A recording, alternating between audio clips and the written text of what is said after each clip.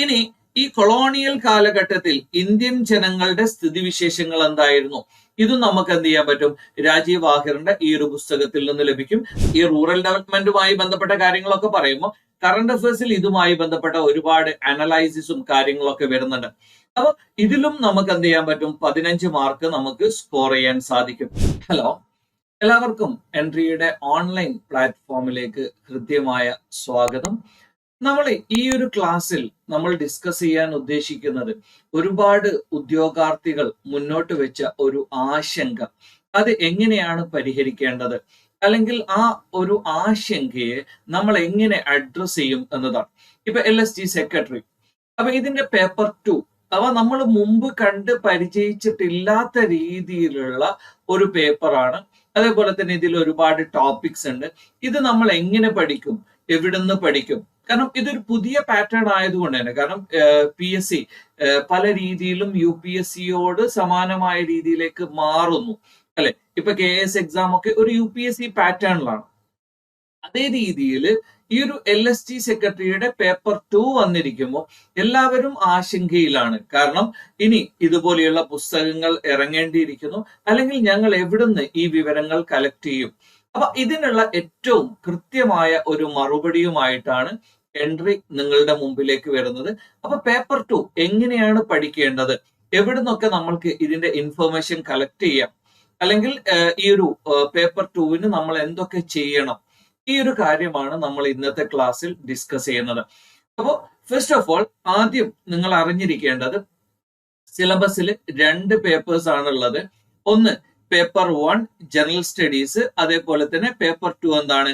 Fundamentals of local governance and development. അപ്പൊ fundamentals of local governance and development, ഈ ഒരു പേപ്പറാണ് നമ്മൾക്ക് കൺഫ്യൂഷൻ വരുന്നത്. ജനറൽ സ്റ്റഡീസ് എന്ന് പറയുമ്പോൾ നിങ്ങൾക്ക് എല്ലാവർക്കും അറിയാവുന്നതുപോലെ ഡിഗ്രി ലെവൽ എക്സാമിന്റെ ഒക്കെ സെയിം പാറ്റേൺ തന്നെയാണ്. അപ്പൊ ആ ഒരു പാറ്റേൺ നമ്മൾ ഇവിടെ ഡിസ്കസ് ചെയ്യുന്നില്ല. പകരം പേപ്പർ 2 മാത്രമാണ് എന്ത് ചെയ്യുന്നത്, നമ്മൾ ഇവിടെ ഡീറ്റെയിൽ ആയിട്ട് ഡിസ്കസ് ചെയ്യുന്നത്. ഓക്കെ ആണല്ലോ. GS നിങ്ങൾ വേറെ സ്ഥലത്ത് നോക്കണം, അത് സിലബസ് നമ്മൾ ഇവിടെ ഡിസ്കസ് ചെയ്യുന്നില്ല. നമ്മൾ പേപ്പർ 2വുമായി ബന്ധപ്പെട്ട ആശങ്കകൾ എങ്ങനെ പരിഹരിക്കും, ഇതിന് നമുക്ക് എന്ത് ചെയ്യാം എന്നതാണ് നമ്മൾ എന്ത് ചെയ്യുന്നത്, ഇവിടെ ഡിസ്കസ് ചെയ്യുന്നത്.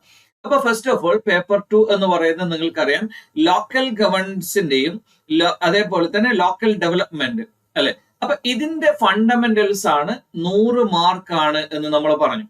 അപ്പൊ ഇതിന്റെ മാർക്ക് ഡിസ്ട്രിബ്യൂഷൻ എന്ന് പറയുന്നത് ഇന്ത്യൻ പൊളിറ്റി ഓൾറെഡി നിങ്ങൾ എന്ത് ചെയ്യും, GSന്റെ ഭാഗമായിട്ട് ഒരു പക്ഷേ നിങ്ങൾ പഠിച്ചിരിക്കാൻ സാധ്യതയുള്ളതാണ്. ചിലപ്പോൾ ഇന്ത്യൻ എക്കണോമിയുടെ കുറച്ച് ഭാഗങ്ങളും നിങ്ങൾ അവിടെ കവർ ചെയ്തിട്ടുണ്ടാവും. ഓക്കെ, അപ്പൊ ഇതൊരു ഓവർലാപ്പിംഗ് ആണോ എന്ന് ചോദിച്ചാൽ കുറച്ചൊക്കെ ഓവർലാപ്പിംഗ് ആണ്. എന്നാൽ ഈ ഒരു മേഖലയിൽ നിങ്ങൾ കുറച്ചുകൂടി കൂടുതൽ ശ്രദ്ധ ചെലുത്തേണ്ടതുണ്ട്. കാരണം സ്പെസിഫിക് ആയിട്ട് 15 മാർക്ക് നിങ്ങൾക്ക് എന്ത് ചെയ്യും, ഇന്ത്യൻ പൊളിറ്റിയിൽ നിന്ന് ലഭിക്കും. അതേപോലെ തന്നെ 15 മാർക്ക് നിങ്ങൾക്ക് ഇന്ത്യൻ എക്കണോമിയിൽ നിന്ന് ലഭിക്കും. ഇതൊക്കെ നിങ്ങൾ കേട്ട് പരിചയിച്ചിട്ടുണ്ടാവുന്ന വാക്കുകളാണ്. അതേസമയത്ത് rural development in India, democratic decentralisation, അപ്പൊ ഇതുപോലെയുള്ള കാര്യങ്ങൾ, കാരണം ഈ വേർഡുകൾ കേൾക്കുമ്പോൾ തന്നെ ഇതെന്താണ് എന്നുള്ള ഒരു ആശങ്ക നമ്മൾക്ക് ഉണ്ടാവും. അതേപോലെ തന്നെ decentralised planning, concept of grass root level development, urban governance, e governance. Okay, അപ്പൊ ഇന്ത്യൻ പൊളിറ്റിക്ക് 15 മാർക്കാണ്, എക്കണോമിക്ക് 15 മാർക്കാണ്, റൂറൽ ഡെവലപ്മെന്റ് 15 മാർക്കാണ്, ഡെമോക്രാറ്റിക് ഡീസെൻട്രലൈസേഷൻ 15 മാർക്കാണ്, ഡീസെൻട്രലൈസ്ഡ് പ്ലാനിങ് അതെന്താണ് 12 മാർക്കാണ്, then grass root level development അതുമായി ബന്ധപ്പെട്ട കൺസെപ്റ്റുകൾ 12 മാർക്കാണ്, അർബൻ ഗവേണൻസും ഇ ഗവേണൻസും എന്താണ് 8 വീതം മാർക്കുകളാണ്. അപ്പൊ ഇങ്ങനെയാണ് ചോദ്യം വരുന്നത്. അപ്പൊ ഇനി ഓരോ സിലബസിലും എന്തൊക്കെ കാര്യങ്ങളാണുള്ളത് എന്ന് നമ്മൾക്ക് പഠിക്കേണ്ടതുണ്ട്. അതിനു മുമ്പ് ഇത്തരം ഒരു പരീക്ഷ, കാരണം പുതിയ രീതിയിൽ കാര്യങ്ങൾ വരുമ്പോൾ ഇതിന്റെ ക്വസ്റ്റ്യൻ പാറ്റേൺ എന്താണ് എന്നൊക്കെ നമ്മൾക്ക് ഇപ്പോ ആദ്യത്തെ KS എക്സാം വന്നപ്പോ എല്ലാവരും, കാരണം അതിനെന്തില്ല, ഒരു പ്രീസിഡന്റ് ഇല്ല, അഥവാ മുമ്പ് നമുക്കൊരു മാതൃക ഇല്ലാത്തത് കൊണ്ട് തന്നെ ഇത്തരം ക്വസ്റ്റ്യനുകൾ എങ്ങനെ വരും എന്നുള്ള ഒരു ആശങ്കയുള്ളത് കൊണ്ട് തന്നെ അല്പം നേരത്തെ പഠിച്ചു തുടങ്ങുക എന്ന് പറയുന്നത് എന്താണ്, എപ്പോഴും അനിവാര്യമാണ്. LSG സെക്രട്ടറിയുടെ മെയിൻസ് ബാച്ച് എന്ത് ചെയ്യുന്നുണ്ട്, മെയ് 30 ആരംഭിക്കുന്നുണ്ട്. ഒരുപാട് features, paper 1, paper 2, mini meetings, അതേപോലെ തന്നെ മെന്റർഷിപ്പ്, ലൈവ് ക്ലാസ്, ഇങ്ങനെ തുടങ്ങിയിട്ടുള്ള ഒരുപാട് അഡ്വാൻറ്റേജ് ഉള്ള ബാച്ചാണ്. അപ്പൊ താല്പര്യമുള്ള ആളുകൾക്ക് എന്ത് ചെയ്യാം, ജോയിൻ ചെയ്യാം. അതിന്റെ ഡീറ്റെയിൽസും കാര്യങ്ങളൊക്കെ എന്ത് ചെയ്യും, ഈ വീഡിയോയുടെ ഡിസ്ക്രിപ്ഷനിൽ നമ്മൾ എന്ത് ചെയ്തിട്ടുണ്ടാവും, പിൻ ചെയ്തിട്ടുണ്ടാവും. ഓക്കെ, നമുക്ക് സിലബസ് പരിശോധിക്കാം. ഇന്ത്യൻ പൊളിറ്റിയുടെ 15 മാർക്കും നമുക്ക് സ്കോർ ചെയ്യാൻ സാധിക്കണമെങ്കിൽ ഇന്ത്യൻ പൊളിറ്റിയുടെ എവല്യൂഷൻ എന്ന് പറയും, അല്ലെ? അപ്പൊ ഇന്ത്യൻ പൊളിറ്റി എങ്ങനെയാണ് ഇവോൾവ് വന്നത്? ഇപ്പൊ പൊളിറ്റിക്കൽ സയൻസ് എന്ന് പറയുന്നത് ഒരു പഠന ശാഖയാണെങ്കിൽ ഇതിന്റെ ഒരു അപ്ലിക്കേഷൻ ലെവലാണ് പൊളിറ്റി എന്ന് പറയുന്നത്. അപ്പൊ ഇന്ത്യൻ പൊളിറ്റി എങ്ങനെയാണ് ഇവോൾവ് ചെയ്തു വന്നിരിക്കുന്നത്? അതേപോലെ തന്നെ എന്താണ് ബ്രിട്ടീഷ് റൂൾ ഇൻ ഇന്ത്യ? ഇന്ത്യയിലുള്ള ബ്രിട്ടീഷ് റൂളിന്റെ ഫീച്ചേഴ്സ് എന്താണ്? Then major events and leaders of national movement, administrative organization. അപ്പൊ ബ്രിട്ടീഷ് ഇന്ത്യയിൽ എങ്ങനെയാണ്, അതേപോലെ തന്നെ ഇന്ത്യൻ ഗവൺമെന്റ് എങ്ങനെയാണ് രൂപീകരിക്കപ്പെട്ടത്? ഈ ഒരു സിലബസിലുള്ള അടുത്തൊരു കാര്യം, constituent assembly, architects of Indian constitution. Constituent assembly നിങ്ങൾ വേറെ പഠിക്കണം. അതേപോലെ തന്നെ architects of Indian constitution, local self governance Indian constitution. അപ്പൊ ഭരണഘടനയിൽ എന്തൊക്കെ കാര്യങ്ങളാണ് പറയുന്നത്? അപ്പൊ ഇവിടെ ഇന്ത്യൻ പൊളിറ്റിയിൽ നിങ്ങൾ അറിഞ്ഞിരിക്കേണ്ട കാര്യം എന്താണ്? ഇന്ത്യൻ പൊളിറ്റി എങ്ങനെയാണ് ഇവോൾവ് ചെയ്തിരിക്കുന്നത്?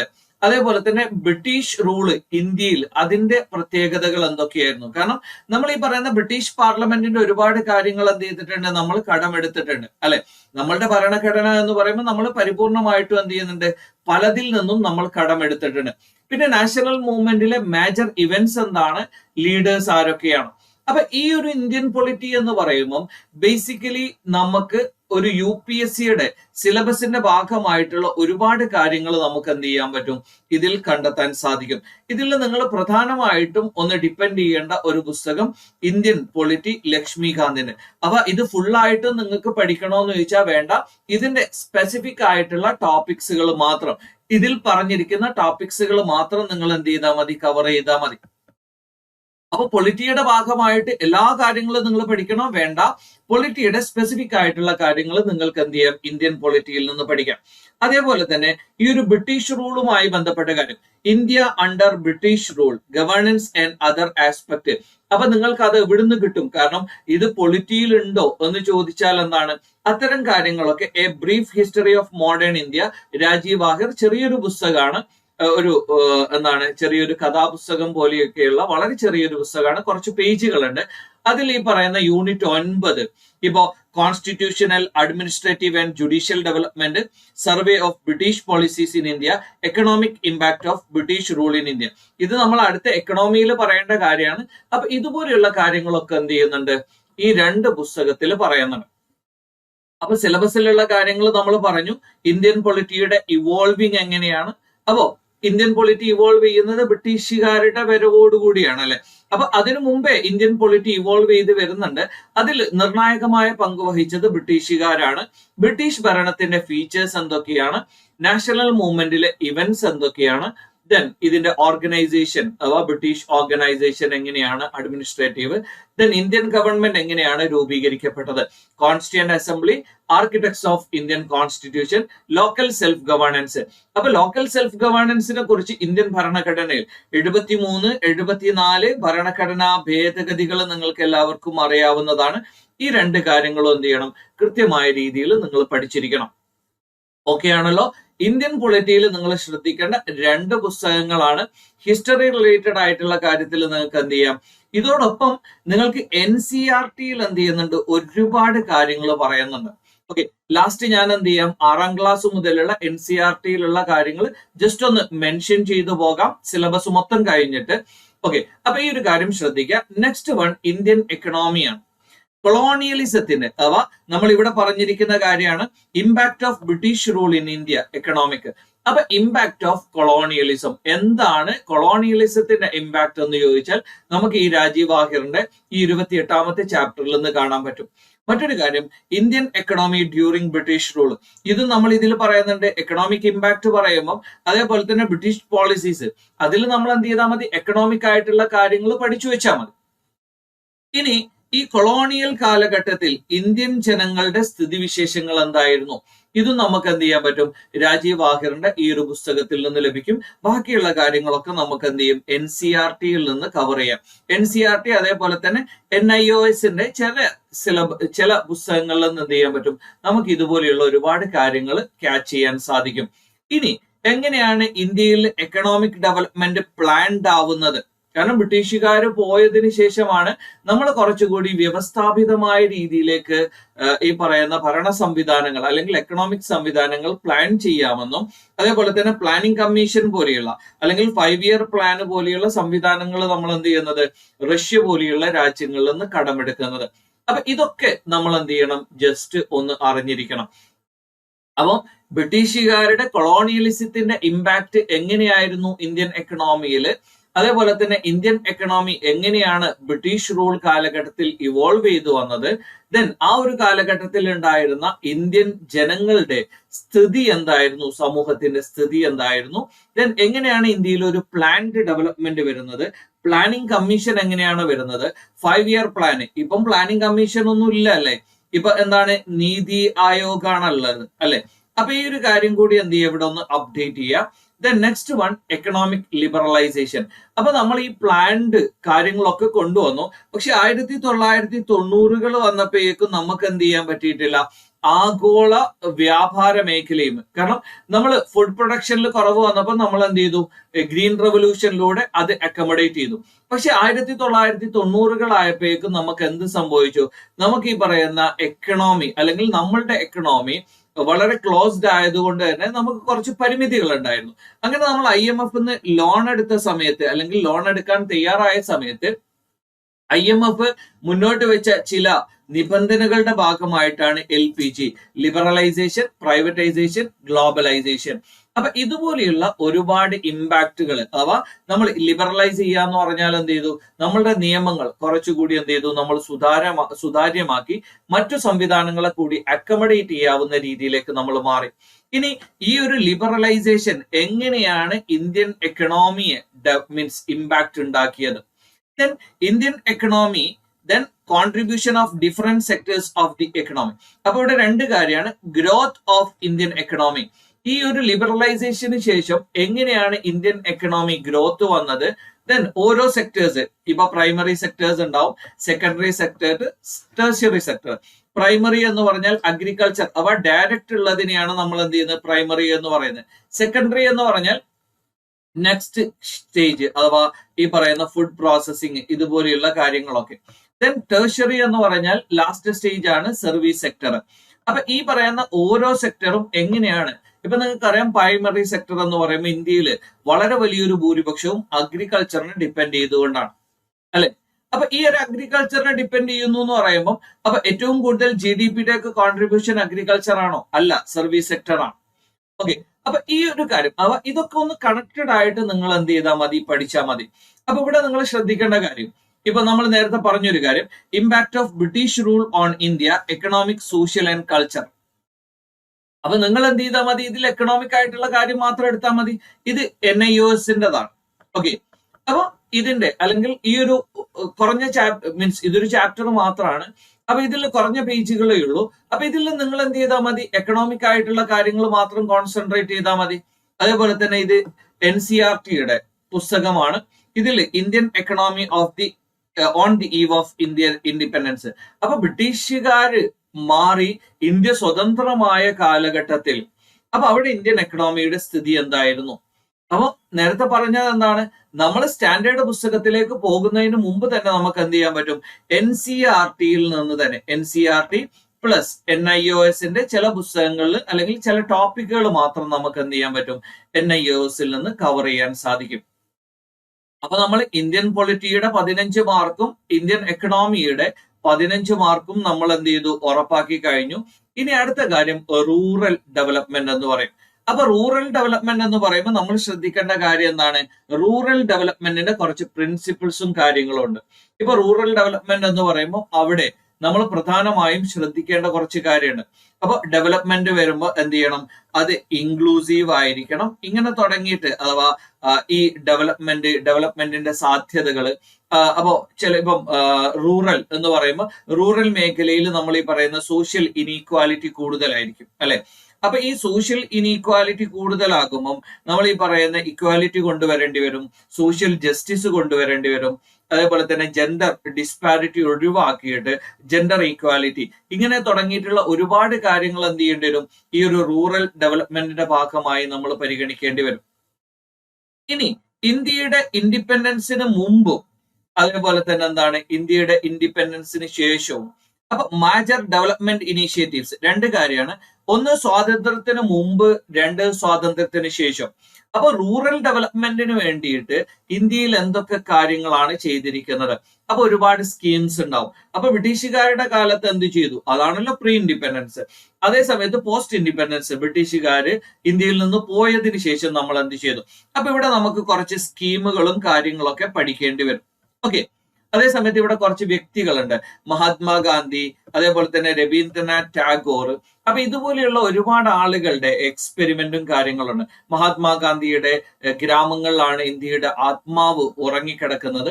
അപ്പൊ ഇന്ത്യയിലെ ഗ്രാമങ്ങൾ അഥവാ പഞ്ചായത്ത് രാജ് സിസ്റ്റം എന്ന് പറയുന്നത് ഈ ഒരു സെൽഫ് സസ്റ്റൈനബിൾ ആയിട്ടുള്ള അല്ലെങ്കിൽ എന്താണ് സ്വയം പര്യാപ്തമായ ഗ്രാമങ്ങളാണ് ഇന്ത്യയുടെ ആത്മാവ് അല്ലെങ്കിൽ ഇന്ത്യയുടെ ഡെവലപ്മെന്റിന്റെ ആണിക്കല്ല് എന്ന രീതിയിലുള്ള മഹാത്മാഗാന്ധിയുടെ പരാമർശങ്ങളുണ്ട്. ദെൻ അങ്ങനെ ഇമ്പോർട്ടന്റ് ആയിട്ടുള്ള ഒരുപാട് വ്യക്തികളുടെ പരാമർശങ്ങളും കാര്യങ്ങളും ഉണ്ട്. അപ്പൊ ഇതെല്ലാം കൂടി പഠിച്ചു കഴിഞ്ഞാൽ നമുക്ക് എന്ത് ചെയ്യും, ഒരു 15 മാർക്ക് സ്കോർ ചെയ്യാൻ സാധിക്കും. ഇത് സിലബസ് ഇങ്ങനെ പറയുന്നു എന്നല്ലാതെ ഇത് കൂടുതൽ ഡെപ്തിലേക്കോ ഇതുപോലെയുള്ള കാര്യങ്ങളൊന്നും പഠിക്കേണ്ടതില്ല. ഇതൊക്കെ നമുക്ക് എന്ത് ചെയ്യും, ഒരു പരിധി വരെ സ്പെസിഫിക് ആയിട്ടുള്ള കാര്യങ്ങളൊക്കെ നമുക്ക് NCERT-യിൽ നിന്ന് എന്ത് ചെയ്യാൻ പറ്റും, കവർ ചെയ്യാൻ സാധിക്കുന്നതാണ്. അപ്പൊ ഇവിടെ ഈ OECD ഇതിന്റെ കുറച്ച് സംവിധാനങ്ങളും കാര്യങ്ങളും ഉണ്ട്. എങ്ങനെയാണ് നമുക്ക് ഈ പറയുന്ന റൂറൽ ഡെവലപ്മെന്റ് കൃത്യമായ രീതിയിൽ കൊണ്ടുവരാൻ സാധിക്കുക? അതുമായി ബന്ധപ്പെട്ട കാര്യങ്ങളാണ് എന്ത് ചെയ്യുന്നത്, OECD-യുടെ എന്താണ് റീജിയണൽ ഡെവലപ്മെന്റ് പോളിസി കമ്മിറ്റികൾ. അപ്പൊ ഇതുപോലുള്ള implements effective based on policies to improve living standard wellbeing citizens across all regions, cities and rural areas. അപ്പൊ റൂറൽ അർബൺ ഈ പറയുന്ന എല്ലാ മേഖലയിലും ഡെവലപ്മെന്റ്. അപ്പൊ നമുക്കിനി അർബൻ ഡെവലപ്മെന്റ് പറയാനുണ്ട്. അപ്പൊ ഇത്തരം സംവിധാനങ്ങളൊക്കെ എന്ത് ചെയ്യാം, അപ്പൊ ഇതുപോലെയുള്ള ചില സംവിധാനങ്ങളെ കുറിച്ച് അല്ലെങ്കിൽ ഇവരുടെ പ്രവർത്തനങ്ങളെ കുറിച്ച് ഇതുപോലെയുള്ള കാര്യങ്ങളൊക്കെ എന്ത് ചെയ്യാം, നമുക്ക് ഇതിനോട് ചേർത്ത് വായിക്കാം. അപ്പൊ ഇവിടെ 3S സ്ട്രാറ്റജിയാണ് പറയുന്നത്. ഒന്ന് സ്കെയിൽ, സ്ട്രാറ്റജി, സ്റ്റേക്ക് ഹോൾഡേഴ്സ്. അപ്പൊ ഇതുപോലെയുള്ള സംവിധാനങ്ങളൊക്കെ ഞാൻ ഇത് കൂടുതൽ ഡെപ്തിലേക്ക് പറയുന്നില്ല, കാരണം വീഡിയോ ഒരുപാട് ലാഗ് ആയി പോകും. അതുകൊണ്ട് തന്നെ നമുക്ക് ജസ്റ്റ് ഒന്ന് മെൻഷൻ ചെയ്തു പോകാം. അപ്പൊ റൂറൽ ഡെവലപ്മെന്റുമായി ബന്ധപ്പെട്ട ഇത്തരം നവീനമായ സാധ്യതകൾ, അതേപോലെ തന്നെ സ്കീമുകൾ, ഇതുപോലെയുള്ള സംവിധാനങ്ങളൊക്കെ നമുക്ക് എന്ത് ചെയ്യാം, അഥവാ ഇവിടെ OECD-യുടെ പ്രിൻസിപ്പിൾസ് ഓഫ് റൂറൽ പോളിസി, അപ്പൊ ഇതുപോലെയുള്ള സംവിധാനങ്ങളൊക്കെ നമുക്ക് ഉപയോഗപ്പെടുത്താം. ഇനിയുള്ള കാര്യം കമ്മ്യൂണിറ്റി ഡെവലപ്മെന്റ് ഉണ്ട്, നാഷണൽ എക്സ്റ്റൻഷൻ സ്കീം ഉണ്ട്, ഇന്റഗ്രേറ്റഡ് റൂറൽ ഡെവലപ്മെന്റ് പ്രോഗ്രാം ഉണ്ട്, എംപ്ലോയ്മെന്റ് പ്രോഗ്രാം MGNREG. ഓക്കെ. അപ്പൊ woman and child development programmes ഉണ്ട്, MGNREGs. അപ്പൊ ഇതുപോലെയുള്ള ഒരുപാട് പദ്ധതികൾ, ഇതൊക്കെ നമ്മളുടെ ഈ റൂറൽ ഡെവലപ്മെന്റിന് വേണ്ടിയിട്ട് കൊണ്ടുവന്ന കാര്യങ്ങളാണ്. ഓക്കെ. അപ്പൊ ഇതുപോലെയുള്ള പദ്ധതികളൊക്കെ എന്ത് ചെയ്യണം, നമ്മളൊന്ന് അറിഞ്ഞിരിക്കണം. ഓക്കെ. അപ്പം ഇതൊക്കെ നമുക്ക് എന്ത് ചെയ്യും, ഇത് ഒരു പരിധി വരെ ഇത്തരം കാര്യങ്ങളൊക്കെ നമുക്ക് എന്ത് ചെയ്യാൻ പറ്റും, NCERT-യിൽ നിന്ന് തന്നെ നമുക്ക് ബേസ് ആയിട്ട് കിട്ടും. NCERT അതേപോലെ തന്നെ NIOS പോലെയുള്ള പുസ്തകങ്ങളിൽ നിന്ന് ഇതിന്റെ ബേസിക് ആയിട്ടുള്ള ഒരുപാട് കാര്യങ്ങൾ നമുക്ക് ലഭിക്കും. അതിന്റെ അപ്ഡേഷൻ നമ്മൾ എന്ത് ചെയ്താൽ മതി, പിന്നീട് കണ്ടെത്തിയാൽ മതി. അപ്പൊ ഇത് ഇപ്പൊ പുതുതായി വന്നതുകൊണ്ട് തന്നെ നിങ്ങൾക്ക് ഇതിന്റെ ഒരു സ്പെസിഫിക് ആയിട്ടുള്ള മെറ്റീരിയൽസ് ഒന്നും അവൈലബിൾ ആയിക്കൊള്ളണം എന്നില്ല. അതുകൊണ്ട് തന്നെ നിങ്ങൾ എന്ത് ചെയ്യുക, ഇതുപോലെയുള്ള സ്കാറ്റേർഡ് ആയിട്ടുള്ള സംവിധാനങ്ങൾ, ഇപ്പൊ NCERT ഒക്കെ നിങ്ങൾക്ക് ഫ്രീ ആയിട്ട് ഡൗൺലോഡ് ചെയ്യാൻ കിട്ടും. NCERT കിട്ടും, NIOS കിട്ടും, അതേപോലെ തന്നെ ഈ പറയുന്ന ലക്ഷ്മികാന്ത്, രാജീവ് വാഹിർ, ഇതുപോലുള്ള പുസ്തകങ്ങളൊക്കെ നിങ്ങൾക്ക് എന്ത് ചെയ്യാൻ പറ്റും, ഫ്രീ ആയിട്ട് ഓൺലൈനിൽ ഡൗൺലോഡ് ചെയ്യാൻ പറ്റും. ഓക്കെ. നെക്സ്റ്റ് വൺ, സെന്റർ അല്ലെങ്കിൽ കറന്റ് റൂറൽ ഡെവലപ്മെന്റ് പ്രോഗ്രാം. ഇപ്പൊ റൂറൽ മേഖലയിൽ ഇപ്പം പ്രധാനമന്ത്രി എന്താണ് PM ആവാസ് യോജന അല്ലെ. അപ്പൊ ഇതുപോലെയുള്ള പ്രധാനമന്ത്രി ഹൗസിംഗ് ഡെവലപ്മെന്റ്, ഹൗസിംഗ് വേണം, അതേപോലെ തന്നെ ഡ്രിങ്കിങ് വാട്ടർ വേണം, റൂറൽ കണക്ടിവിറ്റി വേണം, local government institution in rural development. അപ്പൊ ഇതുപോലെയുള്ള നിലവിലുള്ള പ്രശ്നങ്ങൾ എന്താണെന്ന് ചോദിച്ചാൽ പ്രധാനമന്ത്രി ആവാസ് യോജന ഇതുപോലെയുള്ള പുതിയ പദ്ധതികൾ. അപ്പൊ ഈ പറയുന്ന പദ്ധതികളൊക്കെ നേരിടുന്ന ഒരു പ്രതിസന്ധി ഹൗസിംഗ്. 2024 ആകുമ്പോഴേക്കും എല്ലാവർക്കും വീട് എന്ന് പറഞ്ഞു, 2022 ലിമിറ്റ്, പിന്നീട് മാറ്റി. അപ്പൊ ഇതുപോലെയുള്ള പദ്ധതികളെ കുറിച്ച് എന്താണ് ഈ ഒരു പദ്ധതികൾക്ക് ഇത്തരത്തിലൊരു ക്രൈസിസ് വരുന്നത്? ദെൻ ഡ്രിങ്കിങ് വാട്ടർ ഫെസിലിറ്റിയുമായി ബന്ധപ്പെട്ട കാര്യം ഇപ്പൊ റീസെന്റ് ആയിട്ട് ഹിന്ദുവിലൊക്കെ നമ്മൾ ഒരുപാട് ന്യൂസുകൾ കണ്ടിട്ടുണ്ട്. കാരണം ഇതുപോലെയുള്ള പദ്ധതികളൊക്കെ നിങ്ങൾ പഠിക്കുമ്പം ഇത് കറണ്ട് അഫേഴ്സുമായിട്ട് നിങ്ങൾ എന്ത് ചെയ്യണം, ഒന്ന് കണക്ട് ചെയ്യണം. ഈ റൂറൽ ഡെവലപ്മെന്റുമായി ബന്ധപ്പെട്ട കാര്യങ്ങളൊക്കെ പറയുമ്പോൾ കറണ്ട് അഫയേഴ്സിൽ ഇതുമായി ബന്ധപ്പെട്ട ഒരുപാട് അനലൈസിസും കാര്യങ്ങളൊക്കെ വരുന്നുണ്ട്. അപ്പൊ ഇതിലും നമുക്ക് എന്ത് ചെയ്യാൻ പറ്റും, 15 മാർക്ക് നമുക്ക് സ്കോർ ചെയ്യാൻ സാധിക്കും. ഇനി ഡെമോക്രാറ്റിക് ഡീസെൻട്രലൈസേഷൻ. അപ്പൊ നമുക്കറിയാം മീൻസ് ജനാധിപത്യപരമായിട്ടുള്ള അധികാര വികേന്ദ്രീകരണം. കോൺസെൻട്രേഷൻ ഓഫ് പവേഴ്സ്, അതാണ് സെൻട്രലൈസേഷൻ. അപ്പൊ ഡീസെൻട്രലൈസേഷൻ എന്ന് പറയുന്നത്, സെൻട്രലൈസേഷൻ എന്ന് പറയുമ്പോൾ എല്ലാ അധികാരങ്ങളും കേന്ദ്ര സർക്കാരിലേക്ക് കൊണ്ടുവരുന്നു. ഇപ്പൊ എന്താണ് ഡീസെൻട്രലൈസേഷൻ? അധികാരങ്ങൾ എന്ത് ചെയ്യുന്നു, വികേന്ദ്രീകരിക്കുന്നു എന്ന് പറഞ്ഞാൽ കേന്ദ്ര സർക്കാരിന്റെ കയ്യിലുള്ള അധികാരങ്ങൾ എന്ത് ചെയ്യുന്നു, സ്റ്റേറ്റ് ഗവൺമെന്റിനും ലോക്കൽ സെൽഫ് ഗവൺമെന്റിനും ഒക്കെ നൽകുന്നു. അപ്പൊ ഒരു ഡെമോക്രാറ്റിക് ഡീസെൻട്രലൈസേഷന്റെ ഭാഗമായിട്ടാണ് എന്ത് ചെയ്യുന്നത്, ഈ ഒരു പഞ്ചായത്തി രാജ് സംവിധാനങ്ങളൊക്കെ വരുന്നത്. അപ്പൊ എന്താണ് ഈ പറയുന്ന concept and principles of democratic decentralisation? അപ്പൊ എന്താണ് ഇതിന്റെ കൺസെപ്റ്റ്? അതേപോലെ തന്നെ ഡീസെൻട്രലൈസ്ഡ് പ്ലാനിങ്. അപ്പൊ ഡീസെൻട്രലൈസ്ഡ് പ്ലാനിങ്ങിന്റെ ഒരു പ്രത്യേകത എന്ന് പറയുമ്പോൾ എന്താണ്, ഈ ഗ്രാമപഞ്ചായത്തുകൾ, മുനിസിപ്പാലിറ്റികൾ എന്ന് പറയുമ്പോൾ അവർ ആ ഗ്രാമീണ മേഖലയെ പ്രതിനിധാനം ചെയ്യുന്നതാണ്. അപ്പൊ അവിടുത്തെ പ്രശ്നങ്ങൾ എന്തൊക്കെയാണ് തുടങ്ങിയ കാര്യങ്ങൾ അവർക്കേ അറിയുള്ളൂ.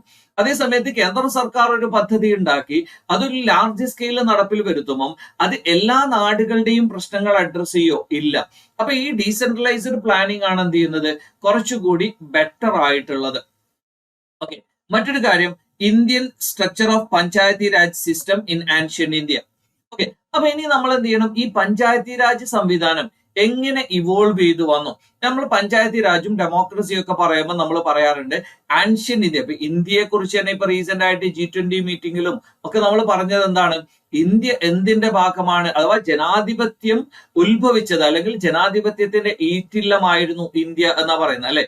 ഏതൻസിലാണ് ഈ ഡെമോക്രസി തുടങ്ങിയത് എന്നൊക്കെ പറയുന്നുണ്ടെങ്കിൽ ഇന്ത്യയുടെ ചരിത്ര പ്രധാനമായ ഘട്ടങ്ങളിലും ഇതുപോലെയുള്ള ഡെമോക്രാറ്റിക് സംവിധാനങ്ങൾ ഉണ്ടായിരുന്നു.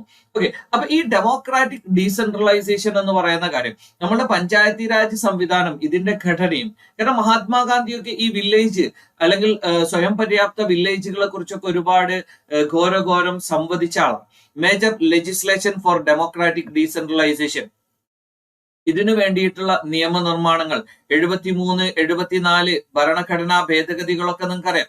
അപ്പൊ പഞ്ചായത്തി രാജ് സംവിധാനങ്ങളൊക്കെ ഇന്ത്യയിൽ ഉണ്ടായിരുന്നു. പക്ഷെ അത് പല സ്റ്റേറ്റുകളിലും പല രീതിയിലായതുകൊണ്ട് തന്നെ ഇതിന് ഒരു ചില സ്ഥലത്ത് 3 ടയർ ആണ്, ചില സ്ഥലത്ത് 2 ടയർ ആണ്, ചില സ്ഥലത്ത് 4 ടയർ ആണ്. അപ്പൊ ഇങ്ങനെ തുടങ്ങിയിട്ടുള്ള സംവിധാനങ്ങൾ വന്നപ്പം ഇതൊന്ന് ഏകീകരിക്കാൻ വേണ്ടിയിട്ടാണ് എന്ത് ചെയ്യുന്നത്, ഈ ഒരു നിയമനിർമ്മാണം കൊണ്ടുവരുന്നത്. അല്ലാതെ സ്റ്റേറ്റ് സ്പെസിഫിക് ആയിട്ടുള്ള കുറച്ച് നിയമങ്ങളുണ്ട്. അപ്പൊ ഇത് കേരളീയടേതായതുകൊണ്ട് തന്നെ നമ്മൾ എന്ത് ചെയ്യണം, കേരളയുമായി ബന്ധപ്പെട്ട അല്ലെങ്കിൽ പഞ്ചായത്തി രാജുമായി ബന്ധപ്പെട്ട നിയമങ്ങൾ കൂടി നമ്മൾ ഇവിടെ അറിഞ്ഞു വെക്കണം. ഈ ഒരു കാര്യം പഞ്ചായത്തി രാജ്, ഇപ്പൊ ഇതൊക്കെ ഇത് നമ്മളുടെ ലക്ഷ്മികാന്തിലുള്ള കാര്യമാണ്. പഞ്ചായത്തി രാജിന്റെ എവല്യൂഷൻ എങ്ങനെയാണ്, 73ാമത് ഭരണഘടനാ ഭേദഗതി, then voluntary provisions, compulsory, then PESA act, അഥവാ എല്ലാ മേഖലയിലും ട്രൈബൽ മേഖലയിലേക്ക് ഇത് ബാധകമായിരുന്നില്ല. അപ്പൊ പഞ്ചായത്ത് എക്സ്റ്റൻഷൻ അഥവാ ഷെഡ്യൂൾഡ് ഏരിയാസ്, ദെൻ പഞ്ചായത്തിന് എങ്ങനെയാണ് ഫിനാൻസ് ചെയ്യുന്നത്. കാരണം പഞ്ചായത്തിന്റെ ഫിനാൻസ് ഇപ്പോഴും എന്താണ്, ഒരു ക്രൈസിസ് ആയി നിലനിൽക്കുന്ന ഒരു കാര്യമാണ്. കാരണം പഞ്ചായത്തിന് എന്തില്ല, റവന്യൂ അക്വിസിഷൻ വളരെ ബുദ്ധിമുട്ടായിട്ടുള്ള കാര്യമാണ്. ദെൻ ഇൻഎഫക്റ്റീവ് പെർഫോമൻസിനുള്ള കാരണം എന്താണ്. ദെൻ നെക്സ്റ്റ് വൺ മുനിസിപ്പാലിറ്റി എന്ന് പറയുന്നത് അർബൻ ലോക്കൽ ബോഡീസ് ആണ്. നേരത്തെ നമ്മൾ പറഞ്ഞ റൂറൽ ഡെവലപ്മെന്റുമായി ബന്ധപ്പെട്ട കാര്യങ്ങളൊക്കെ എന്ത് ചെയ്യാം, അതിനുള്ള കുറച്ച് ഇൻപുട്ടുകളൊക്കെ നമുക്ക് ഇവിടുന്ന് കളക്ട് ചെയ്യാം. അടുത്തത് മുനിസിപ്പാലിറ്റീസ് എന്ന് പറയും. എങ്ങനെയാണ് അർബൻ ബോഡീസ് വന്നിരിക്കുന്നത്, 74ാമത് ഭരണഘടനാ ഭേദഗതിയാണ്. അർബൻ ഗവൺമെന്റിന്റെ ടൈപ്സ് ഏതൊക്കെയാണ്, മുനിസിപ്പൽ പേഴ്സണൽ എന്താണ്, മുനിസിപ്പൽ റവന്യൂ എന്താണ്, central council of local government. Then ഇനി പലപ്പോഴും പല രീതിയിലും നമ്മൾ അവഗണിക്കുന്ന ഒരു മേഖലയാണ് ഈ ഒരു അർബൻ ലോക്കൽ ബോഡീസ് എന്ന് പറയുമ്പോൾ ഒരു മുനിസിപ്പാലിറ്റിയും കോർപ്പറേഷനും നമുക്കറിയാം. അതേസമയത്ത് 8 രീതിയിലുള്ള അർബൻ ഗവൺമെന്റുകൾ ഉണ്ട്. മുനിസിപ്പൽ കോർപ്പറേഷൻ ഉണ്ട്, മുനിസിപ്പാലിറ്റി ഉണ്ട്, നോട്ടിഫൈഡ് ഏരിയ കമ്മിറ്റി ഉണ്ട്, ടൗൺ ഏരിയ കമ്മിറ്റി ഉണ്ട്, കണ്ടോൺമെന്റ് ബോർഡ് ഉണ്ട്, ടൗൺഷിപ്പ് ഉണ്ട്, പോർട്രസ്റ്റ് ഉണ്ട്, സ്പെഷ്യൽ പർപ്പസ് ഏജൻസി. ഈ പറയുന്ന 8 രീതിയിൽ അപ്പൊ ഇതൊക്കെ ഏത് മേഖലയിലാണ് എന്നതുകൂടി നമ്മൾ എന്ത് ചെയ്യണം, ഒന്ന് അറിഞ്ഞിരിക്കണം. അപ്പൊ ഈ പറയുന്ന മുനിസിപ്പൽ കോർപ്പറേഷനും മുനിസിപ്പാലിറ്റിയും അറിയും അല്ലെ, കണ്ടോൺമെന്റ് ബോർഡ് കേരളത്തിൽ എവിടെയാണുള്ളത്, അതേപോലെ തന്നെ ഈ പറയുന്ന ഏതെങ്കിലും സംവിധാനങ്ങൾ കേരളത്തിൽ ഉണ്ടെങ്കിൽ അത് എവിടെയാണ്, അതേപോലെ ഇതിന്റെ ഭരണ സംവിധാനം എങ്ങനെയാണ് തുടങ്ങിയ കാര്യങ്ങളൊക്കെ നമ്മൾ കൃത്യമായ രീതിയിൽ അറിഞ്ഞിരിക്കണം. അപ്പൊ അർബൻ ഗവൺമെന്റുമായി ബന്ധപ്പെട്ട് എന്ത് ചെയ്യണം, ഈ ബേസിക് ആയിട്ടുള്ള കാര്യങ്ങൾ, ഈ കാര്യങ്ങളൊക്കെ നിങ്ങൾക്ക് എന്ത് ചെയ്യും, കുറെയൊക്കെ നിങ്ങൾക്ക് NCERT-യിൽ നിന്ന് കിട്ടും. ഇത് നമ്മൾ എവിടുന്ന് എടുത്തതാണ്, നമ്മളുടെ ലക്ഷ്മികാന്തിൽ നിന്ന് അവൈലബിൾ ആയിട്ടുള്ള കാര്യമാണ്. അടുത്തൊരു കാര്യം, കോൺസ്റ്റിറ്റ്യൂഷണൽ അമെൻമെന്റ്സ് ഫോർ ഡെമോക്രാറ്റിക് ഡീസെൻട്രലൈസേഷൻ. കാരണം 73, 74 ഭരണഘടനാ ഭേദഗതിയിലൂടെയാണ് എന്ത് ചെയ്യുന്നത്, ഈ പഞ്ചായത്തി രാജ് സംവിധാനങ്ങൾക്ക് ഭരണഘടനാ പദവി നൽകിയത്. ഇപ്പൊ ചില സംവിധാനങ്ങളൊക്കെ ആദ്യം എന്തായിരിക്കും, നിയമപരമായി അല്ലെങ്കിൽ ഒരു ഗവൺമെന്റ് ഓർഡറിലൂടെ രൂപീകരിക്കപ്പെട്ടതായിരിക്കും. പിന്നീട് എന്ത് ചെയ്യും, ചിലപ്പോൾ അതിന് നിയമപരമായ സ്റ്റാറ്റസ് നൽകും, പിന്നീട് എന്ത് ചെയ്യും, ഭരണഘടനാപരമായ സ്റ്റാറ്റസ് നൽകും. ഇനി ഒരു ഡീസെൻട്രലൈസേഷന് വേണ്ടിയുള്ള ഭരണഘടനാ ഭേദഗതിയുടെ പ്രത്യേകതകൾ, അവ ഈ 73, 74 ഭരണഘടനാ ഭേദഗതികൾ എന്തൊക്കെയാണ്, അതിന്റെ ഡീറ്റെയിൽസ് പഠിക്കണം, അതിന്റെ ഫീച്ചേഴ്സ് എന്തൊക്കെയാണ് എന്നതുകൂടി നമ്മൾ അറിഞ്ഞിരിക്കണം. മറ്റൊരു കാര്യം, Panchayati Raj institution, local self government, ഇതിന്റെ സ്ട്രക്ചർ എന്താണ്, ഫങ്ഷൻസ് എന്താണ്. നമ്മൾ പറഞ്ഞു അർബൻ ലോക്കൽ ബോഡിയിൽ ഈ പറയുന്ന 8 വിഭാഗങ്ങളുണ്ട്. ഇതിന്റെ ഘടന എന്താണ്, ഇതിന്റെ മീൻസ് ഫങ്ഷൻസ്, പ്രവർത്തന രീതി എന്തൊക്കെയാണ്. അപ്പൊ ഇതൊക്കെ നമുക്ക് വളരെ സിമ്പിൾ ആയിട്ട്, കാരണം ഇത് പല സ്ഥലത്ത് സ്കാറ്റേർഡ് ആണ് എന്നത് ഒഴിച്ചു നിർത്തിയാൽ നമുക്ക് എന്ത് ചെയ്യാൻ പറ്റും. കാരണം PSC-യിലൊക്കെ നിങ്ങൾക്ക് പലപ്പോഴും എന്ത് ചെയ്യും, നിങ്ങൾക്ക് വളരെ വലിയ റാങ്ക് ഫയലുകളൊക്കെ അവൈലബിൾ ആയിരിക്കും. പക്ഷെ ഇത് അതിനേക്കാൾ സിമ്പിൾ ആയി നിങ്ങൾക്ക് പഠിക്കാൻ പറ്റും. കാരണം ഒരുപാട് ഡാറ്റകൾ ഇല്ല ഡാറ്റകൾ എന്ത് ചെയ്യാം, നിങ്ങൾ എല്ലാ സ്ഥലത്തുനിന്നും കൂടി ഒന്ന് കളക്ട് ചെയ്താൽ, ഇപ്പൊ പ്രധാനമായും NCERT ആണ്. ദെൻ പിന്നീട് ആവശ്യമുണ്ടെങ്കിൽ മാത്രം എന്ത് ചെയ്യാം, സ്റ്റാൻഡേർഡ് പുസ്തകത്തിലേക്ക് പോകാം. അടുത്തൊരു ഫാക്ട് എന്ന് പറയുന്നത് ഡീസെൻട്രലൈസ്ഡ് പ്ലാനിങ്. ഈ പറഞ്ഞ 4 ടോപ്പിക്കിനും എന്താണ്, 15 മാർക്ക് വീതമാണ്. അപ്പൊ എന്ത് ചെയ്യും, ടോട്ടൽ 60 മാർക്ക് നിങ്ങൾക്ക് ഈ പറയുന്ന 4 മേഖലയിൽ നിന്ന് തന്നെ ലഭിക്കും. ഇനി 12 മാർക്കിന്റെ ടോപ്പിക്കാണ് concepts and importance of decentralised planning. അപ്പൊ ഡീസെൻട്രലൈസ്ഡ് പ്ലാനിങ് എന്ന് പറയാൻ നിങ്ങൾക്ക് അറിയാം, ഇപ്പൊ ഒരു ഏകീകൃത പ്ലാനിങ്ങിന് പകരം ഡീസെൻട്രലൈസ്ഡ് ആയിട്ട് ഈ പഞ്ചായത്തി രാജ് സംവിധാനങ്ങൾ എന്ത് ചെയ്യാം, ആ ഒരു മേഖലയുടെ ഡെവലപ്മെന്റുമായി ബന്ധപ്പെട്ട കാര്യങ്ങൾ അവരെ ഏൽപ്പിക്കാം, അവർ ചെയ്യേണ്ടത്. അഥവാ ഒരു സംസ്ഥാന സർക്കാർ ചെയ്യുന്നതിന് പകരം അല്ലെങ്കിൽ കേന്ദ്ര സർക്കാർ ചെയ്യുന്നതിന് പകരം ഓരോ മേഖലയിലെയും കാര്യങ്ങൾ, അവിടുത്തെ കാര്യങ്ങൾ നോക്കിയിട്ട് അവർക്ക് ചെയ്യാൻ പറ്റട്ടെ. അപ്പൊ ഈ ഒരു ഡീസെൻട്രലൈസ്ഡ് പ്ലാനിങ്, ഇതിന്റെ കൺസെപ്റ്റ് എന്താണ്, ഇതിന്റെ പ്രാധാന്യം എന്താണ്, അതേപോലെ തന്നെ പാർട്ടിസിപ്പേറ്ററി ഡെമോക്രസി. നിങ്ങൾക്കറിയാം 2 രീതിയിലുള്ള ഡെമോക്രസിയാണ് ഉള്ളത്. ഒന്ന് ഡയറക്റ്റ് ഡെമോക്രസിയാണ്, മറ്റൊന്ന് ഇൻഡയറക്റ്റ് ഡെമോക്രസിയാണ്. ഇപ്പൊ പഞ്ചായത്തി രാജ് സംവിധാനങ്ങളിലുള്ള ഒന്നാണ് ഗ്രാമസഭ. അപ്പൊ ഗ്രാമസഭ ഇവിടെ പറയുന്നുണ്ട്, റോൾ ഓഫ് ഗ്രാമസഭ. ഗ്രാമസഭ എന്ന് പറയുമ്പോൾ കുറച്ചുകൂടി എന്താണ്, ഡയറക്റ്റ് ഡെമോക്രസിയാണ്. അപ്പൊ ആ വാർഡിലുള്ള എല്ലാ ആളുകൾക്കും എന്ത് ചെയ്യാം, അതിൽ പങ്കെടുക്കാം, അഭിപ്രായ സ്വാതന്ത്ര്യമുണ്ട്. അപ്പൊ ഇതുപോലെയുള്ള ഒരു ഡയറക്റ്റ് ഡെമോക്രസി അല്ലെങ്കിൽ എന്താണ്, ഒരു പാർട്ടിസിപ്പേറ്ററി പ്ലാനിങ്, ഇതെന്താണ്, ഗ്രാമസഭയുടെ പ്രാധാന്യം എന്താണ്, അതേപോലെ തന്നെ എങ്ങനെയാണ് കേരളത്തിൽ ഈ ഡീസെൻട്രലൈസ്ഡ് പ്ലാനിങ് വരുന്നത്, കേരളത്തിൽ എങ്ങനെയാണ് പാർട്ടിസിപ്പേറ്ററി പ്ലാനിങ് വരുന്നത്. അപ്പൊ കേരളത്തിലെ പഞ്ചായത്തി രാജ് സംവിധാനങ്ങള് അതുപോലെയുള്ള കാര്യങ്ങളെ കുറിച്ചൊക്കെ എന്ത് ചെയ്യണം, നമുക്ക് കൃത്യമായ രീതിയിലുള്ള ഒരു ധാരണ വേണം. അടുത്തൊരു കാര്യം, എങ്ങനെയാണ് ലോക്കൽ ലെവൽ ഡെവലപ്മെന്റ് പ്ലാൻസ് രൂപീകരിക്കുന്നത്, ഡിസ്ട്രിക്ട് പ്ലാനിംഗ് കമ്മിറ്റി എങ്ങനെയാണ് പ്രവർത്തിക്കുന്നത്, സെക്ടറൽ പ്ലാൻസ് എങ്ങനെയാണ് വരുന്നത്, സ്പെഷ്യൽ കോമ്പണന്റ് പ്ലാൻസ് എങ്ങനെയാണ് വരുന്നത്, ട്രൈബൽ പ്ലാനുകൾ ആരാണ് രൂപീകരിക്കുന്നത്, ദെൻ കേരളയിൽ എങ്ങനെയാണ് ഈ ഒരു ഡീസെൻട്രലൈസ്ഡ് പ്ലാനിങ് അച്ചീവ് ചെയ്തിരിക്കുന്നത്.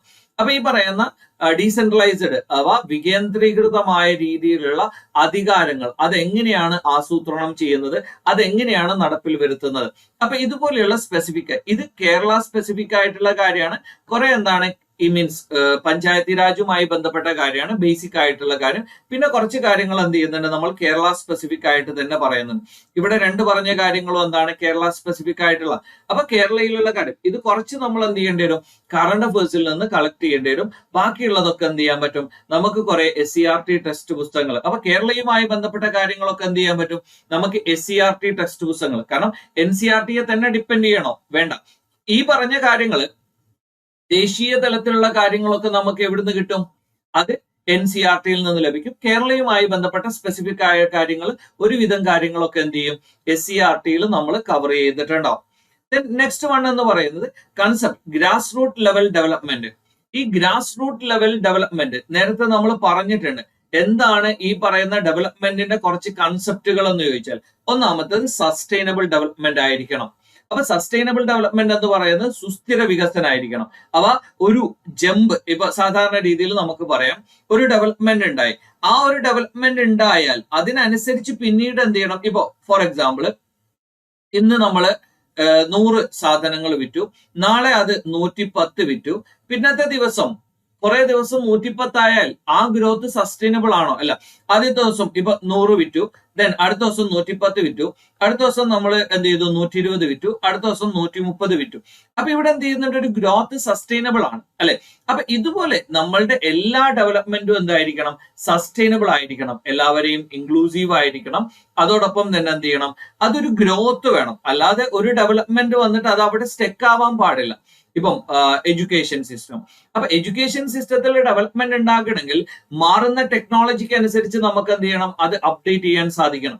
ഇപ്പൊ AI സംവിധാനം വന്നു. അപ്പൊ ഈ AI സംവിധാനങ്ങളുമായി ബന്ധപ്പെട്ട കാര്യങ്ങൾ, കാരണം ഈ AI ടെക്നോളജി യൂസ് ചെയ്തിട്ട് എന്ത് ചെയ്യാൻ പറ്റും, ഈ പറയുന്ന ടീച്ചേഴ്സിന് വളരെ മീൻസ് സിമ്പിൾ ആയിട്ട് കാര്യങ്ങൾ കുട്ടികളെ പഠിപ്പിച്ചു കൊടുക്കാൻ പറ്റും, അല്ലെ. അപ്പൊ ഇതുപോലെയുള്ള കാര്യങ്ങൾ, അപ്പൊ സസ്റ്റൈനബിൾ ഡെവലപ്മെന്റ് വേണം. അതേപോലെ തന്നെ ജെൻഡർ കൺസേൺ, ജെൻഡർ ഇക്വിറ്റി വേണം, ജെൻഡർ ബജറ്റിംഗ് വേണം, ജെൻഡർ ഡിസ്പാരിറ്റി നമുക്ക് ഒഴിവാക്കാൻ സാധിക്കണം, ഇൻക്ലൂസീവ് ഡെവലപ്മെന്റ്. അപ്പൊ എല്ലാവരെയും ഇൻക്ലൂസീവ് ആയിട്ട്, അല്ലാതെ എക്സ്ക്ലൂസീവായി ഒരു വിഭാഗത്തിന്റെ മാത്രം ഡെവലപ്മെന്റ് ആക്കാൻ പാടില്ല. അപ്പൊ ഇൻക്ലൂസീവായി എല്ലാവരെയും ഉൾക്കൊള്ളിക്കാൻ സാധിക്കണം. പോവർട്ടി അലീവിയേഷൻ, അവ സാധാരണ രീതിയിൽ നമ്മളുടെ ഗ്രാമീണ മേഖല മാത്രമൊന്നുമല്ല, അർബൻ മേഖലയിലുള്ള സ്ലം ഏരിയാസ്, അപ്പൊ ഇവരൊക്കെ നേരിടുന്ന ബുദ്ധിമുട്ടാണ് പോവർട്ടി. അപ്പൊ ഇത് അലീവിയേറ്റ് ചെയ്യാൻ സാധിക്കണം. ഈ പോവർട്ടി അലീവിയേറ്റ് ചെയ്യുമ്പോൾ മാത്രമേ അത് ഇൻക്ലൂസീവ് ഡെവലപ്മെന്റ് ആവുള്ളൂ. ഇൻക്ലൂസീവ് ഡെവലപ്മെന്റ് ആകുമ്പോൾ മാത്രമേ ജെൻഡർ ബജറ്റിംഗ് ഉണ്ടാവുള്ളൂ, ജെൻഡർ ഇക്വാലിറ്റി ഉണ്ടാവുള്ളൂ. അപ്പൊ ജെൻഡർ റിലേറ്റഡ് ആയിട്ടുള്ള കാര്യങ്ങൾ അപ്പേ അഡ്രസ് ചെയ്യുള്ളൂ. ഇങ്ങനെയൊക്കെ സുസ്ഥിരമായ രീതിയിൽ വികസനം വരുമ്പോൾ മാത്രമേ എന്ത് ചെയ്യുന്നുള്ളൂ, സസ്റ്റൈനബിൾ ആയിട്ടുള്ള ഡെവലപ്മെന്റ് എന്ത് ചെയ്യുള്ളൂ, സാധ്യമാവുകയുള്ളൂ. അടുത്തൊരു കാര്യം എന്ന് പറയുന്നത് development and welfare of differently. അപ്പൊ നമ്മൾ ഈ പറയുന്ന ഇൻക്ലൂസീവ് ഡെവലപ്മെന്റ് എന്ന് പറയുമ്പോൾ ഇവിടെ നമ്മൾ ശ്രദ്ധിക്കേണ്ട കാര്യം എന്താണ്, ഡെവലപ്മെന്റ് ആൻഡ് വെൽഫെയർ. അപ്പൊ ഡിഫറൻറ്റ്ലി ആബിൾഡ് ആയ പേഴ്സൺസ്, അല്ലെങ്കിൽ പേഴ്സൺസ് വിത്ത് ഡിസബിലിറ്റി, അപ്പൊ ഇതുപോലെയുള്ള ആളുകളെ കൂടി, കാരണം ഇവിടെയുള്ള മുഖ്യധാരാ സമൂഹത്തിനെ മാത്രം നമ്മൾ ഉയർത്തിക്കൊണ്ടുവന്നാൽ മതിയോ, അല്ല. മാർജിനലൈസ്ഡ് വിഭാഗങ്ങളെ കൂടി നമ്മൾ എന്ത് ചെയ്യണം, അഡ്രസ് ചെയ്യണം. അതേപോലെ തന്നെ എന്ത് ചെയ്യണം, geriatric care, welfare economy, woman empowerment, social capital development, self help group. അപ്പൊ ഇതുപോലെയുള്ള കാര്യങ്ങളൊക്കെ എന്ത് ചെയ്യണം, നമ്മൾ അഡ്രസ് ചെയ്യണം. കാരണം ഇതൊക്കെ എന്താണ്, ഇതിന്റെ സാധ്യത എന്താണ്, ഇതൊക്കെ എന്തൊക്കെ കാര്യങ്ങളാണ് ചെയ്യുന്നത്, ഇതിന്റെയൊക്കെ ചിലപ്പം ഡെഫിനിഷനും കാര്യങ്ങളൊക്കെ നമുക്ക് എന്ത് ചെയ്യും, SCRT അല്ലെങ്കിൽ NCRT ടെക്സ്റ്റ് പുസ്തകങ്ങളിൽ ലഭിക്കും. ബാക്കിയുള്ള കുറെ കാര്യങ്ങൾ നമുക്ക് എന്ത് ചെയ്യാം, ഗൂഗിൾ ചെയ്താൽ തന്നെ ഇതിന്റെ PDFകളും ഇതുമായി ബന്ധപ്പെട്ട പഠനങ്ങളും കാര്യങ്ങളൊക്കെ ലഭിക്കും. The next one, rural economy in India and Kerala. കേരളയിലും അതേപോലെ തന്നെ ഇന്ത്യയിലും എങ്ങനെയാണ് rural economy, local economic development എങ്ങനെയാണ്, റൂറൽ എന്റർപ്രൈസസ് എങ്ങനെയാണ്, rural database for development planning എങ്ങനെയാണ്. ഇപ്പൊ ചില മേഖലയിൽ ഇപ്പൊ എന്ത് പ്ലാനിങ് വേണമെങ്കിലും, ഏതൊരു മേഖലയുമായി ബന്ധപ്പെട്ട കാര്യങ്ങൾ ചെയ്യണമെങ്കിലും നമുക്ക് എന്ത് ചെയ്യണം, കൃത്യമായ രീതിയിലുള്ള ഡാറ്റ വേണം. ഇപ്പൊ ഫോർ എക്സാമ്പിൾ എന്താണ്, നമുക്ക് ഒരു മേഖല, കാരണം ഇവിടുത്തെ നിലവിലെ സ്റ്റാറ്റസ് എന്താണ് അറിയാൻ നമുക്ക് എന്ത് ചെയ്യണം, കൃത്യമായ രീതിയിൽ ഡാറ്റ വേണം. ആ ഡാറ്റ ഉപയോഗപ്പെടുത്തിയിട്ട് മാത്രമേ നമുക്ക് എന്ത് ചെയ്യാൻ പറ്റുള്ളൂ, അവിടെ എന്തൊക്കെ മാറ്റങ്ങൾ കൊണ്ടുവരാം. അപ്പൊ നിലവിലെ സ്ഥിതി നമുക്ക് അറിയണ്ടേ, അതിന് കൃത്യമായ രീതിയിലുള്ള ഡാറ്റകളും ഡാറ്റ കളക്ഷനും കാര്യങ്ങളും വേണം. Next one, urban governance. ഇപ്പൊ ഏകദേശം എത്രയായി, 60 മാർക്ക്. ദെൻ പിന്നീട് നമ്മൾ എന്ത് ചെയ്തു, 12 മാർക്ക് വീതം പറഞ്ഞു, 84 മാർക്കായി. ദെൻ 2 8 മാർക്കുകൾ കൂടി, ഒരു 16 മാർക്ക് കൂടി എന്ത് ചെയ്യുന്നുണ്ട്, അർബൻ ഗവേണൻസും അതേപോലെ തന്നെ എന്താണ് നമ്മുടെ ഇ ഗവേണൻസ്. അപ്പൊ അർബൻ ഗവേണൻസ്, അർബണൈസേഷൻ എന്ന് പറയുന്നതുമായി ബന്ധപ്പെട്ട കൺസെപ്റ്റുകളാണ്. അർബണൈസേഷൻ എന്ന് പറയുമ്പോൾ എന്താണ്, നഗരവൽക്കരണം. അപ്പൊ ഈ പറയുന്ന നഗരങ്ങൾ എന്ത് ചെയ്യും, അത് വ്യാപിക്കും. ഇനിയല്ല ചില ഇപ്പൊ ഏതെങ്കിലും ഒരു മാർക്കറ്റ് വന്നു, അല്ലെങ്കിൽ എന്താണ് അത്തരത്തിലുള്ള ഒരു സംവിധാനം, അപ്പൊ അവിടെ എന്ത് ചെയ്യും, ഒരു അർബണൈസേഷൻ വരും. അപ്പൊ അർബണൈസേഷനുമായി ബന്ധപ്പെട്ട കൺസെപ്റ്റുകൾ എന്തൊക്കെയാണ്, തിയറംസ് എന്താണ്, അതേപോലെ തന്നെ ഇന്ത്യയിലുള്ള അർബണൈസേഷന്റെ ട്രെൻഡ് എന്താണ്. അപ്പൊ അർബണൈസേഷൻ അത് പ്രൊമോട്ടഡ് ആണോ, എന്തായാലും അർബണൈസേഷൻ എല്ലാ മേഖലയിലും ഉണ്ടാവും, ഇപ്പൊ എല്ലാ രാജ്യത്തും ഉണ്ടാവും. അപ്പൊ ഇന്ത്യയിൽ അർബണൈസേഷന്റെ ട്രെൻഡ് എന്താണ്, അത് ഡ്രാസ്റ്റിക് ആയിട്ടുള്ള ഗ്രോത്ത് ആണോ അല്ലയോ എന്ന കാര്യങ്ങളൊക്കെ. ദെൻ അർബൻ പ്ലാനിങ്ങും അർബൻ മാനേജ്മെന്റുമായി ബന്ധപ്പെട്ട പ്രിൻസിപ്പിൾസ് എന്തൊക്കെയാണ്. ഇപ്പൊ അർബണൈസേഷൻ നേരിടുന്ന ഒരുപാട് ചലഞ്ചസ് ഉണ്ട് അല്ലെ. ഇപ്പം ബാംഗ്ലൂരുവിലുള്ള വാട്ടർ ക്രൈസിസ്, ഡൽഹിയിലെ വേസ്റ്റ് മാനേജ്മെന്റ് ക്രൈസിസ്, അപ്പൊ ഇതൊക്കെ അർബണൈസേഷൻ നേരിടുന്ന ചലഞ്ചസ് ആണ്. അപ്പൊ അർബണൈസേഷന്റെ പ്ലാനിങ്ങും അർബൻ മാനേജ്മെന്റുമായി ബന്ധപ്പെട്ട കാര്യങ്ങൾ എങ്ങനെയൊക്കെയാണ്. ഇനി urban development in India and Kerala എന്തൊക്കെയാണ്. ഒന്ന് വാട്ടർ ക്രൈസിസ് ഉണ്ട്, അതേപോലെ തന്നെ ഫ്ലഡ് മാനേജ്മെന്റ്, ഇപ്പൊ നമ്മൾ നിരന്തരം കണ്ടുകൊണ്ടിരിക്കുന്ന കാര്യമാണ് അല്ലെ.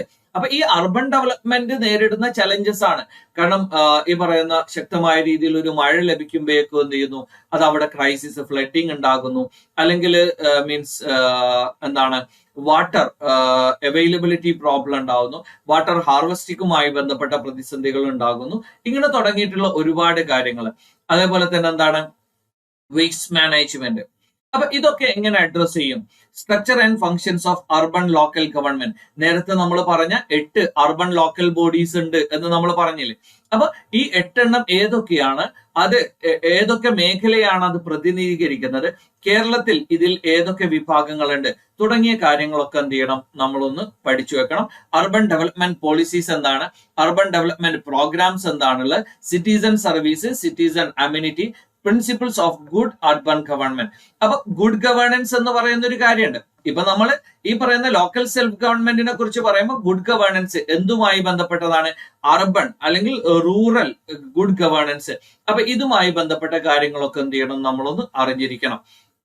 Last and final E governance എന്ന് പറയുമ്പോൾ നിങ്ങൾക്കറിയാം ഡിജിറ്റൽ സംവിധാനങ്ങൾ. ഇപ്പം പണ്ടത്തെ പോലെയൊന്നുമല്ല. ഇപ്പൊ നിങ്ങൾക്ക് എന്ത് ചെയ്യാം, അക്ഷയയിൽ പോയിട്ട് നിങ്ങൾ ഇൻകം സർട്ടിഫിക്കറ്റ് അപേക്ഷിച്ചാൽ നിങ്ങൾക്ക് അവിടുന്ന് കിട്ടും അല്ലെ. അതേ സമയത്ത് മുമ്പ് എന്ത് ചെയ്യേണ്ടിയിരുന്നു, നിങ്ങൾ ഇത് വില്ലേജ് ഓഫീസിലും അതുപോലെയുള്ള പല സ്ഥലങ്ങളിലും പോയിട്ട് ചെയ്യേണ്ട കാര്യങ്ങളൊക്കെ എന്ത് ചെയ്യാൻ പറ്റും, നിങ്ങൾക്ക് ഇപ്പം അക്ഷയയിൽ നിന്ന് ചെയ്യാൻ പറ്റും. ഇപ്പൊ എത്രത്തോളം വന്നിരിക്കുന്നു എന്ന് ചോദിച്ചാൽ ബാങ്ക് അക്കൗണ്ടുകൾ വരെ നിങ്ങൾക്ക് വീട്ടിൽ നിന്ന് എന്ത് ചെയ്യാൻ പറ്റും, ഓപ്പൺ ചെയ്യാനും ഓപ്പറേറ്റ് ചെയ്യാനും സാധിക്കും. അപ്പൊ കമ്പ്യൂട്ടറൈസേഷൻ ഓഫ് ലോക്കൽ ഗവേണൻസ്, കാരണം ഈ ഒരു കമ്പ്യൂട്ടറൈസേഷൻ വരുന്ന സമയത്താണല്ലോ ഇ ഗവേണൻസ് സാധ്യമാവുക. കാരണം ഈ ഒരു ഡാറ്റകൾ എല്ലാവർക്കും, ഇപ്പം നമ്മുടെ ബർത്ത് സർട്ടിഫിക്കറ്റ്, അപ്പൊ ഇതൊക്കെ നമുക്ക് ഓൺലൈൻ ആയിട്ടുള്ള അഥവാ ഡിജി ലോക്കർ സംവിധാനങ്ങൾ, അപ്പൊ ഇതുപോലെയുള്ള ഒരുപാട് സംവിധാനങ്ങളുണ്ട്. ഇനി എന്തൊക്കെയാണ് e governance programmes in India. ഇനി ഇ ഗവേണൻസിന്റെ അഡ്വാൻറ്റേജ് എന്താണ്, അതേപോലെ തന്നെ നമ്മൾ എങ്ങനെ ഇൻഫർമേഷൻ സിസ്റ്റംസ് മാനേജ് ചെയ്യും, അതേപോലെ തന്നെ സപ്പോർട്ട് സിസ്റ്റങ്ങളിൽ എങ്ങനെ ഡിസിഷൻ മേക്കിംഗ്, എക്സ്പേർട്ട് സിസ്റ്റം. കാരണം ഇതുപോലെയുള്ള ഡാറ്റകളൊക്കെ നമ്മൾ ഡിജിറ്റൽ ആക്കുമ്പോൾ ഇതൊരു പ്രൈവസി കൺസേൺ എന്ത് ചെയ്യുന്നുണ്ട്, ഉയർന്നു വരുന്നുണ്ട്. അപ്പൊ ഇതുപോലെയുള്ള കാര്യങ്ങളൊക്കെ ഇ ഗവേണൻസ്. എന്താണ് ഇ ഗവേണൻസ്, ഇ ഗവേണൻസിന്റെ സാധ്യത എന്തൊക്കെയാണ്, ഇ ഗവേണൻസിന്റെ ചലഞ്ചസ് എന്തൊക്കെയാണ്, ഇ ഗവേണൻസുമായി ബന്ധപ്പെട്ട കാര്യങ്ങൾ നമ്മൾ എങ്ങനെ മാനേജ് ചെയ്യും. ഓക്കെ, അപ്പൊ ഇതാണ് ഗവേണൻസുമായി ബന്ധപ്പെട്ട കാര്യം. ഇവിടെ സിലബസിൽ തന്നെ വളരെ സ്പെസിഫിക് ആയിട്ട് പറയുന്ന ഒരു കാര്യം, it may be noted that apart from the topics detailed above, questions from other topics prescribed for the educational qualification of the post may also appear in the question paper. No undertaking that all topics above may be covered in the question paper. അപ്പൊ 2 കാര്യമാണ് ഇതിന്റെ പുറത്ത്. അവ ഈ ഒരു means സിലബസിന് അല്ലെങ്കിൽ ഈ ഒരു പോസ്റ്റിന് എന്താണോ എഡ്യൂക്കേഷൻ ക്വാളിഫിക്കേഷൻ പറഞ്ഞിരിക്കുന്നത്, അപ്പൊ അതുമായി ബന്ധപ്പെട്ട കാര്യങ്ങൾ. കാരണം സിലബസിന് പുറത്തു നിന്ന് ഇത് എന്നല്ല, ഏത് സിലബസിനും നിങ്ങൾ ശ്രദ്ധിക്കേണ്ട കാര്യം, അതിന്റെ എഡ്യൂക്കേഷണൽ ക്വാളിഫിക്കേഷൻ പറഞ്ഞിരിക്കുന്ന കാര്യങ്ങൾ കൂടി എന്ത് ചെയ്യും, ഇതിൽ ചോദിക്കും. അതേസമയത്ത് ഇതെല്ലാം ചോദിച്ചു കൊള്ളണം എന്ന് നിർബന്ധമില്ല. അതേസമയത്ത് എന്ത് ചെയ്യണം, ഈ പറയുന്ന കാര്യങ്ങളൊക്കെ നമ്മൾ കൃത്യമായ രീതിയിൽ പഠിച്ചു വെക്കണം. ഇനി ഞാൻ ജസ്റ്റ് എന്ത് ചെയ്യാം, 6ാം ക്ലാസ് മുതലുള്ള NCERT-യിൽ ഇതുമായി ബന്ധപ്പെട്ട എന്തൊക്കെ കാര്യം, നമ്മളിപ്പോ സിലബസിന്റെ ഒരുപാട് കാര്യങ്ങൾ പറഞ്ഞു പോയല്ലോ. അപ്പൊ ഇതിൽ എന്തൊക്കെ കാര്യങ്ങൾ NCERT-യിൽ പറഞ്ഞിട്ടുണ്ട് എന്നത് ഞാൻ എന്ത് ചെയ്യാം, വളരെ പെട്ടെന്നൊന്ന് പറഞ്ഞു പോകാം. 6ാം ക്ലാസ്സിലെ പുസ്തകത്തിൽ എന്ത് ചെയ്യുന്നുണ്ട്, നമ്മളുടെ എന്താണ് ഡൈവേഴ്സിറ്റി, ഡിസ്ക്രിമിനേഷൻ, എന്താണ് ഗവൺമെന്റ്, അതിൽ എന്ത് ചെയ്യുന്നുണ്ട്, ഒരു യൂണിറ്റ് 3 പറയുന്ന ഒരു കാര്യമാണ് Panchayati Raj, local government and administration. Panchayati Raj, rural administration, urban administration. Okay, അപ്പൊ ഇവിടെ ഒരു കാര്യം ഞാൻ ജസ്റ്റ് ഒന്ന് പറയാം. 6ാം ക്ലാസ്സിലെ പുസ്തകത്തിലാണ് സോഷ്യൽ സയൻസിൽ പഞ്ചായത്തി രാജ്, റൂറൽ, അർബൺ ഈ പറയുന്ന 2 കാര്യങ്ങളും എന്ത് ചെയ്യുന്നുണ്ട്, ഇവിടെ വരുന്നുണ്ട്. എന്തൊക്കെയാണ്?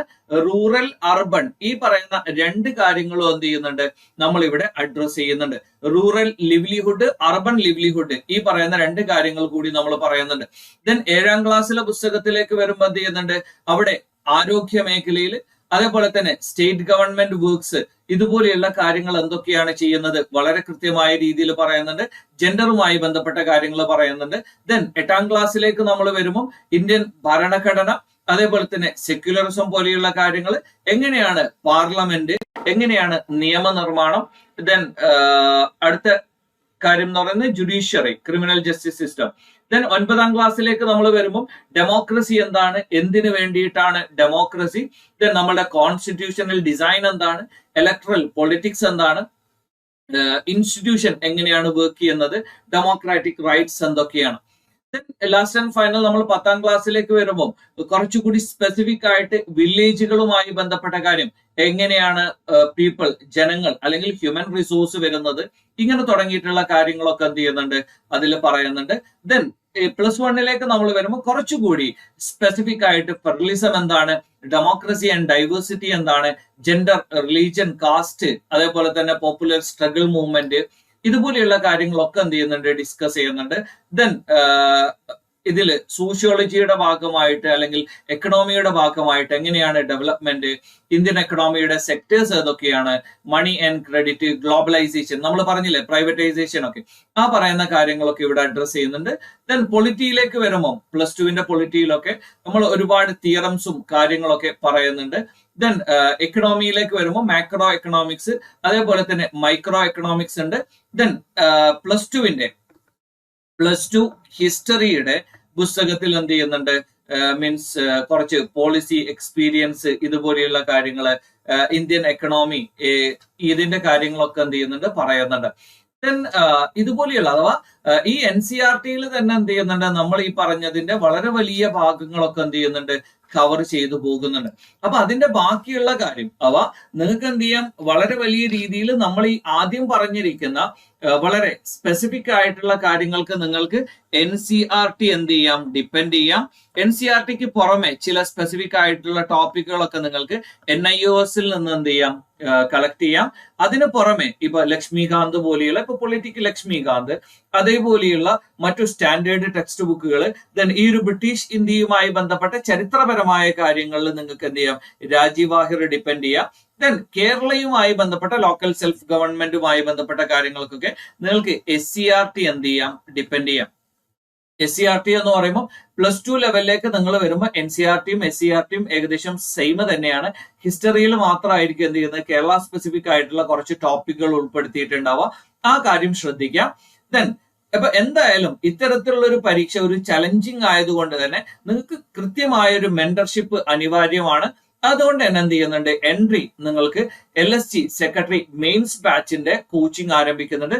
മെയ് 30 മുതൽ ആരംഭിക്കുന്നുണ്ട്. അപ്പൊ അതിന്റെ ഡീറ്റെയിൽസും കാര്യങ്ങളൊക്കെ എന്ത് ചെയ്യും, നിങ്ങൾ ഡിസ്ക്രിപ്ഷനിൽ ഗൂഗിൾ ഫോം അവൈലബിൾ ആയിരിക്കും, അത് ഫില്ല് ചെയ്യുക. അപ്പൊ എന്ത് ചെയ്യും, എൻട്രിയുടെ ടീം നിങ്ങളെ കോൺടാക്ട് ചെയ്യുന്നതായിരിക്കും. അപ്പൊ നിങ്ങൾക്ക് അതിന്റെ ഡീറ്റെയിൽസും കാര്യങ്ങളും എല്ലാ കാര്യങ്ങളും എന്ത് ചെയ്യും, അവിടുന്ന് അവൈലബിൾ ആയിരിക്കും. അപ്പോ ഈ ഒരു പേപ്പർ 2-ന്റെ കൺഫ്യൂഷൻ നിങ്ങൾക്ക് തീർന്നു എന്നാണ് ഞാൻ വിശ്വസിക്കുന്നത്. കാരണം ഇതിൽ ഒരുപാട് ടോപ്പിക്കുകൾ കാണുമ്പോൾ ഇതെന്താണ് എന്ന് പോലും ഞങ്ങൾക്ക് അറിയില്ല എന്നുള്ളൊരു ധാരണ നിങ്ങൾക്ക് വരും. അതിന്റെ ഒന്നും കൺഫ്യൂഷന്റെ ആവശ്യമില്ല. നിങ്ങൾക്ക് വളരെ കുറഞ്ഞ materials NCERT, NIOS, SCERT then ആവശ്യമുള്ള മേഖലയിൽ നിങ്ങൾക്ക് എന്ത് ചെയ്യാൻ പറ്റും, കാരണം ഒരു സ്റ്റാൻഡേർഡ് ടെക്സ്റ്റ് ബുക്ക് കൂടി എന്ത് ചെയ്യാം നിങ്ങൾക്ക് പ്രിഫർ ചെയ്യാം. അപ്പൊ നിങ്ങൾ ചോദിക്കും ഇത് അപ്പൊ ഇങ്ങനെയുള്ള ഒരു കാര്യം വരുമ്പോൾ ഇത് UPSC ആസ്പിറന്റിന്റെ ഒരു അഡ്വാൻറ്റേജ് അല്ലേ എന്ന് ചോദിക്കും. അപ്പൊ ഈ പറയുന്ന നമ്മൾ ആദ്യത്തെ ഒരു മേഖലയിൽ പറഞ്ഞിരിക്കുന്ന ഭാഗങ്ങൾ ഒഴിച്ചു നിർത്തിയാൽ നിങ്ങൾക്ക് എന്ത് ചെയ്യും, ഒരു 50-50 അഥവാ കേരളയുമായി ബന്ധപ്പെട്ട കാര്യങ്ങളും ഒരു 50% വരുന്നുണ്ട്. അപ്പൊ ആ കാര്യങ്ങളൊക്കെ എന്ത് ചെയ്യും, അഥവാ ഒരു പ്രത്യേകിച്ച് ഒരു അഡ്വാൻറ്റേജ് ഒരു വിഭാഗത്തിനുമില്ല.